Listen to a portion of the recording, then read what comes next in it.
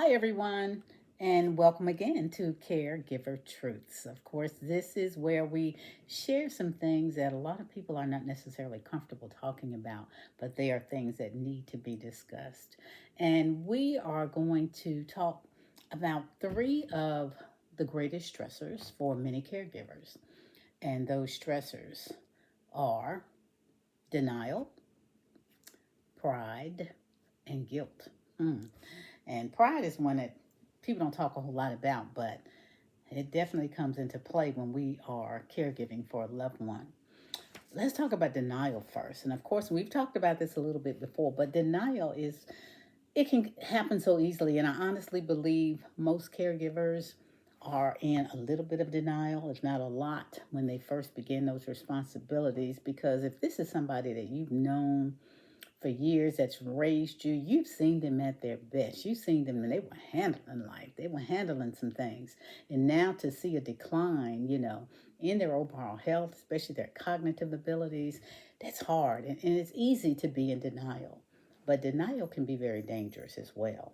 You cannot continue to let grandma fry that chicken and she forgets. She goes and watches her stories and totally forgets that she has food on the stove. You can't brush that off and say she was just having a slow moment that day or she just didn't feel that well. Driving is another one. That's huge because, of course, driving is such an awesome sense of independence. It gives us an awesome sense of independence, and to take that away from someone, whew, that can be rough. But a lot of times it has to be done. We cannot be in denial and say, maybe we just need to teach dad how to use GPS more effectively. When dad has gotten lost 3 different times over the last month, gotten lost, police had to bring him back. That we already know. That's obvious. The danger that lurks, when someone continues to drive who should not be driving. There have been seniors who left Atlanta and ended up in Alabama trying to find their church, which was 20 miles away. I've heard of folk, so we can't play with that. We absolutely cannot play with that driving and that cooking, taking medication. Yes, they've been taking their own medication for years, but now they don't remember to take it or they're taking the wrong dosage. So we've got to step in and not be in denial and think, they'll shake it off. They'll be okay. Maybe not. Don't want to take that chance. Don't want to. And I know a lot of folk go kicking and screaming. I can take this meth. I've been taking this 50 years. I've been driving. I've been cooking since before you were born. Yeah, you'll hear it. But do like a lot of us who've had little ones and we have learned how to have what is called a deaf ear. When we just let that stuff go right on. I absolutely understand that is different, when it's your parent. And I absolutely understand, too, that it's harder to put the deaf ear on that. And it is when you keep hearing it over and over, especially in a more forceful tone, and this is a loved one that you absolutely love and want to always respect. So I get that, but you still got to try. Okay? Got to keep trying. You really do, because you don't want to put them in harm's way. You really, really don't. We've got to use what I call creative conversation or creative communication, which is also known as a lie. Yes, you have to tell a lie sometimes to your loved one to let them know the car doesn't work anymore, can't find the keys anymore, paperwork's lost, whatever. But you do whatever you need to do to keep them from getting behind the wheel of that car, hurting themselves and possibly other people. That's real, real important, though. Talking about denial. Here's another one. When you have made the decision that you're going to be the one to take care of a loved one, and you announce that to the family and to whoever else, just be expecting to do that very thing. Expect to do that, to be the only one taking care of them. First of all, I think that is absolutely ludicrous for you to even announce that you're going to be the only one to take care of this and I don't need anybody to help me. That's not good at all, especially if you've never done caregiving before. You do not know what lies ahead for you. So you don't ever want to be in denial of what you're fully capable of doing and let everybody know, I got this. I got this. You don't want to do that. You really don't. And on the other hand, you don't want to rely on someone that you've known all your life and you know that that person is the most unreliable person ever. And they will commit to some things that you know they never fully committed to. You don't want to do that if they tell you, yeah, I got you. I got you. I'm going to be there. I'll be there every other day. I'll be there. Don't get your hopes up. Don't. And even if you do, you better put some strategies in place to make sure that you have some other persons to cover those responsibilities. That's denial. And you've known somebody for so long and you've seen how they operate. You love them, good people.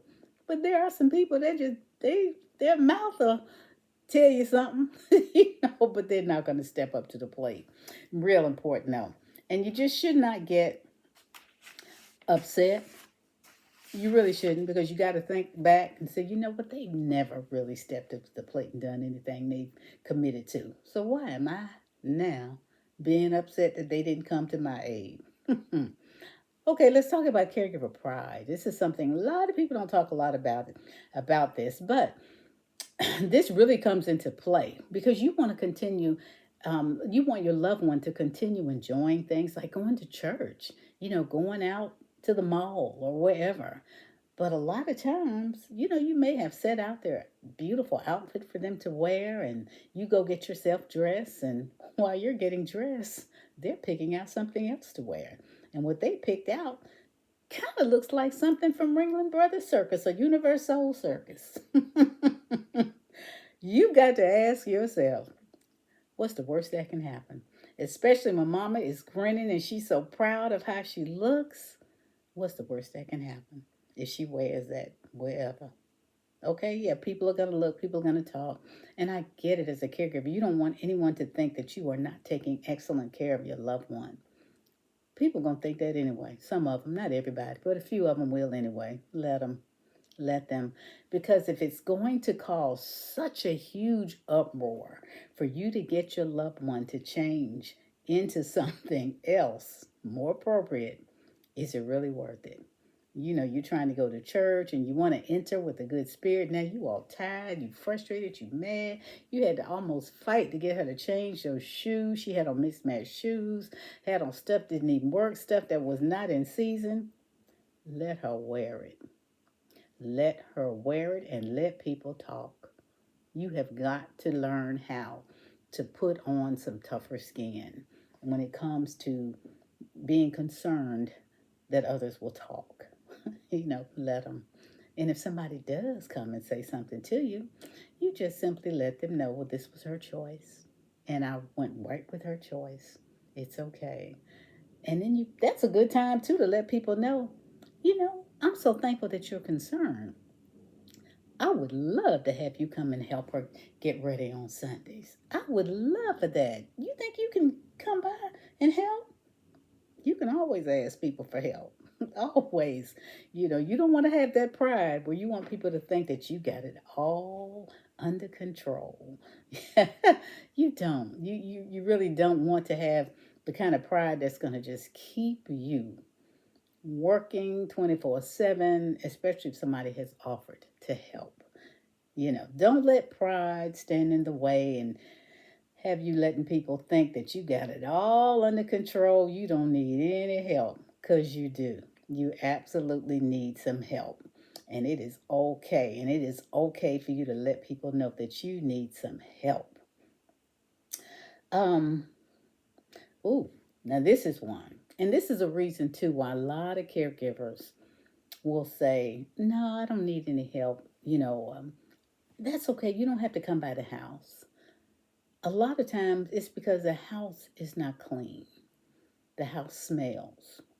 And those of us who've been caregivers before and we are taking care of a loved one who has bowel incontinence, urine incontinence, they are throwing up a lot. Those smells, I'm telling you. And I mean, I have talked to caregivers who are doing that. Ooh, sometimes 8 and 10 times a day, they're having to deal with that, because of the loved ones, some health issues there. It is so wrong for anyone to look down on you. It is so wrong without really thinking what you must be going through, even if you've never been a caregiver before. Ask, just ask, but that's one of the worst feelings ever for a caregiver to just feel like they can't allow anyone to come into their home, because it is not clean, because it smells. That's another opportunity. Remember, I keep telling y'all there are a whole lot of opportunities to support a caregiver. There's one right there. You say, oh, I don't like to clean up anybody's poop or pee. I don't like the smells. Okay. You and some friends get together, chip in, get some housekeepers over there. There's a lot that you can do. So much. But that is a horrible feeling. Even when somebody comes in, the minister may come in, and the whole time you can't even hear them praying for you. If they came to pray or do whatever, because in your head, you are constantly thinking, oh God, I know they smell that smell. I tried to clean it up, but God, I couldn't get it. They came before I could just finish cleaning it. I didn't have time. Yeah, that happens. So come on, y'all. Come on. Support caregivers by doing as much as you can for them. And let me share this with you too. We're talking about pride. I had a caregiver that I was working with, one of the caregivers, and he told me something that was just so horrible.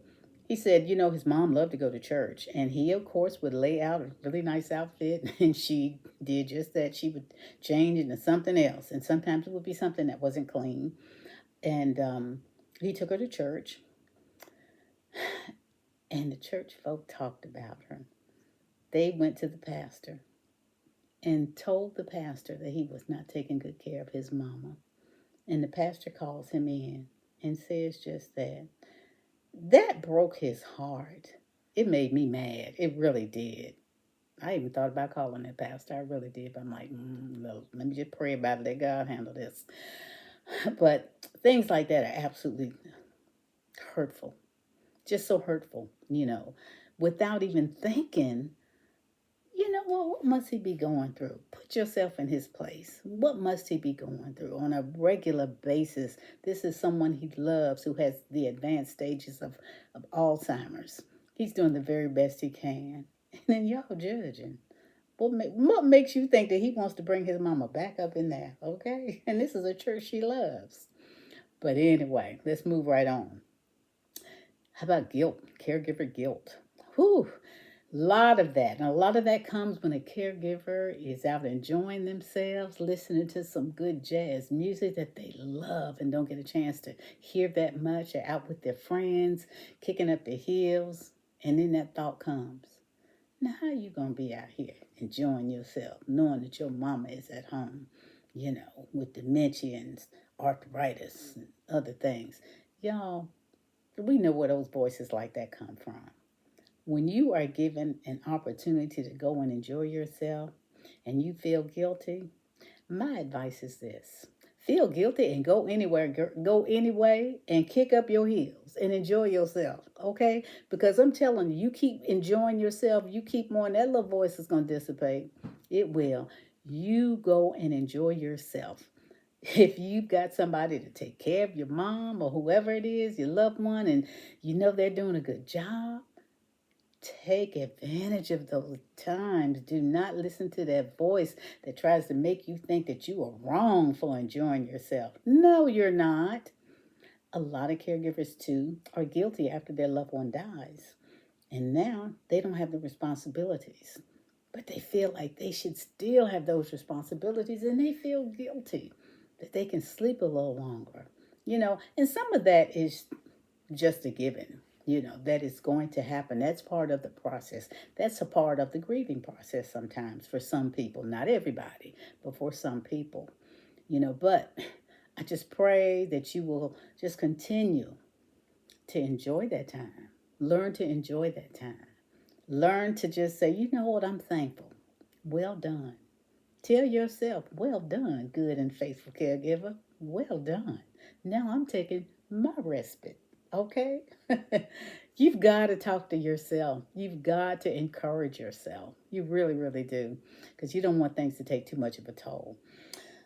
But a lot of times you feel guilty because you do want your old life back. You feel guilty by having those thoughts. Those thoughts are going to come. And yeah, you do want your old life back. Absolutely. But you also want to take good care of your loved one. Yeah, those thoughts are going to come. Don't let them just stay and become dangerous. Don't allow that. Do not. You got to talk to yourself. I am a firm believer in talking to yourself. Man, that has worked for me. And a lot of times people will say, only crazy people talk to themselves, whatever. But I always say, you know what? I talk to myself, I argue with myself, and I always win the argument. Like I always say, y'all better have that sense of humor and keep it. But look, time goes by so fast. But I want you to understand these three stressors, okay? Denial, whew, you're trying to force your way into keeping that same thought about a loved one. They can do the same thing they've always done. We don't want to do that. That pride that sometimes keeps you from asking for help or accepting help, and guilt. Whew, that guilt.